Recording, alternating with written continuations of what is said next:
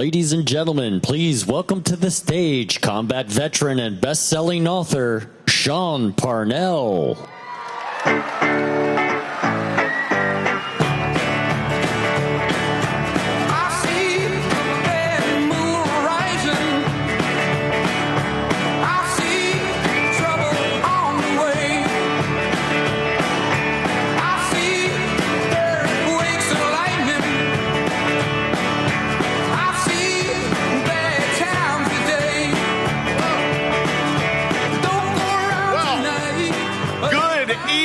Pennsylvania.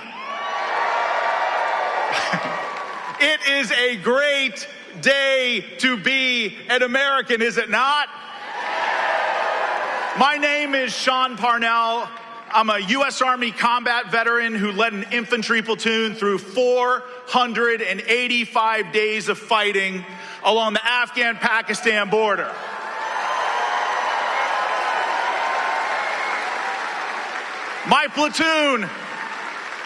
My platoon sustained an 85% casualty rate. Some of my men were wounded twice. One person was wounded 3 times. I was wounded myself, had a pretty terrible head injury, which is probably why I found myself involved in politics in the first place. We stand here at a critical moment. A moment in history where our nation is on the brink, perilously balanced on a very thin line between hope and darkness. Because of Joe Biden and Kamala Harris, we are a nation that has been adrift for 3 long years. Economically, we are in a terrible spot. Inflation is crushing us. Pennsylvanians are struggling to put food on the table for their families because groceries are just so expensive. Our border is wide open by design. All of this is made possible because of Joe Biden and Kamala Harris.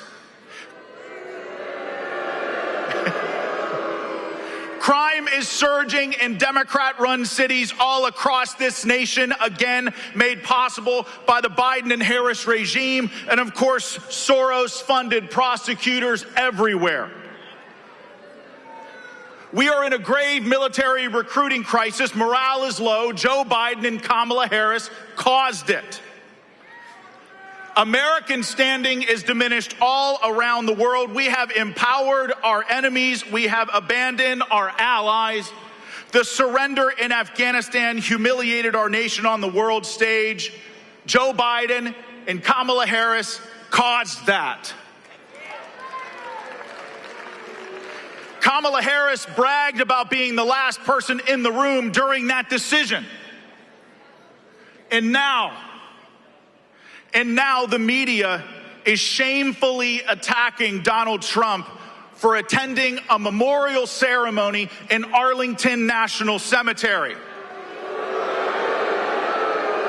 You know, they didn't attack Biden or Harris for the surrender that got those American heroes killed. They didn't attack Biden for checking his watch at the dignified transfer. They didn't attack Kamala Harris for not reaching out to the families of the fallen not one single time.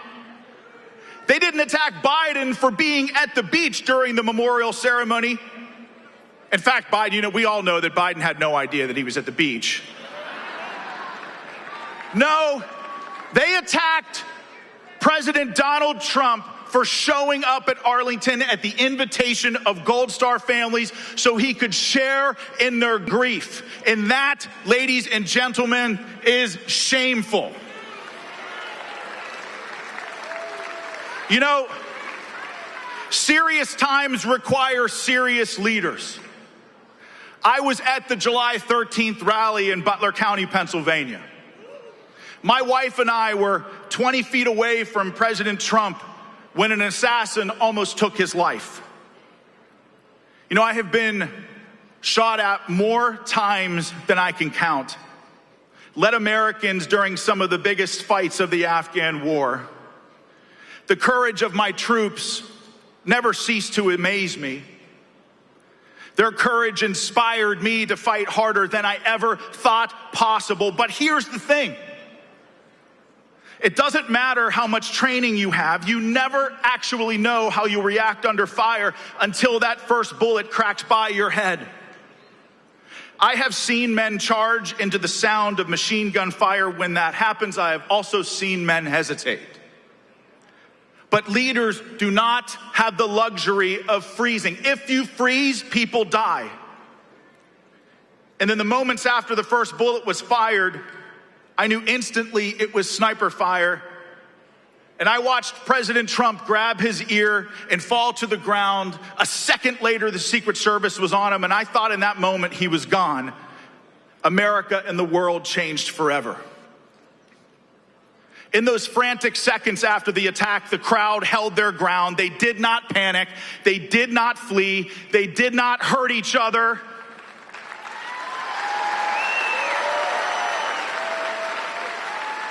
They stood resolute, desperate to see if Donald Trump was okay. And while they waited, they helped one another. They administered first aid to those who were wounded, fully knowing that they could be shot as well. These are the very same people who for years have been insulted and mocked by the Democrats and the media. You have been called deplorables. You have been called bitter clingers. You have even been called a threat to democracy. But my fellow Americans, I am here to tell you that nothing could be further from the truth.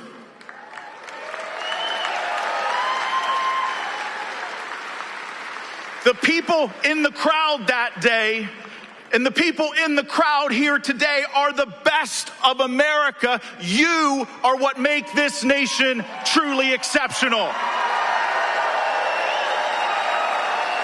You.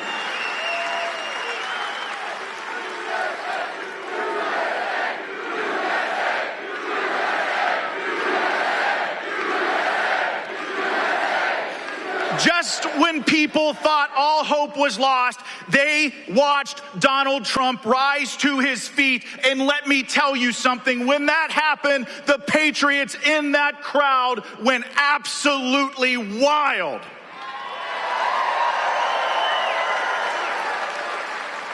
Then President Trump raised his fist, blood covering his face, and he said three words that will go down in history. And those words were what? Let me hear.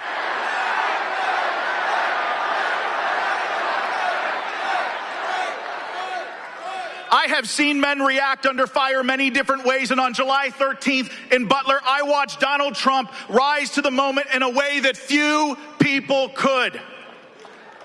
And in those moments, and in that moment, he transcended being just a politician. He became an American icon.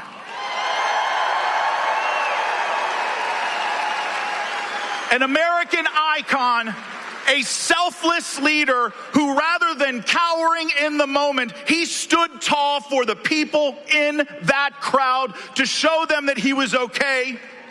But not just that. He also gave us our marching orders.